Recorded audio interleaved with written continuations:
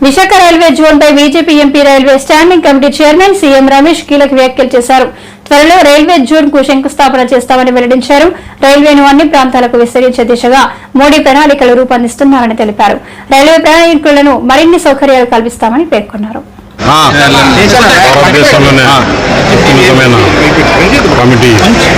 Railway standing committee చైర్మన్గా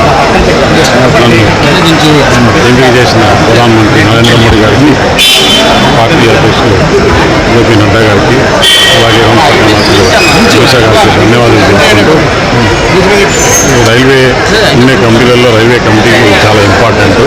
మనకు కూడా చాలా ఇష్యూస్ ఉన్నాయి. దీనివల్ల ప్రయాణికులకు ఏ విధంగా ఇంకా మంచి సౌకర్యాలు కల్పించాలి, అలాగే ఫ్లైట్ కారిడార్ని ఏ విధంగా డెవలప్ చేయాలి.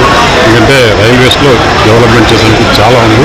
ప్రధానమంత్రి కూడా ఈ రైల్వేస్ రూట్స్ అయితే ఏ విధంగా డెవలప్ చేశారో రైల్వేస్లో డెవలప్ చేశారని చెప్పేసి దృఢ సంకల్పంతో ఉన్నారు. దీనికి ఈ కమిటీ తోడ్పడుతుంది. ఈ బాధ్యత ఇచ్చిన దానికి ధన్యవాదాలు తెలియజేసుకుంటూ ఇక్కడ వచ్చిన ఈరోజు నాయకులందరికీ కూడా థ్యాంక్స్ తెలియజేస్తున్నాను. రైల్వే జోన్ ఆల్రెడీ అంతా రెడీగానే ఉంది.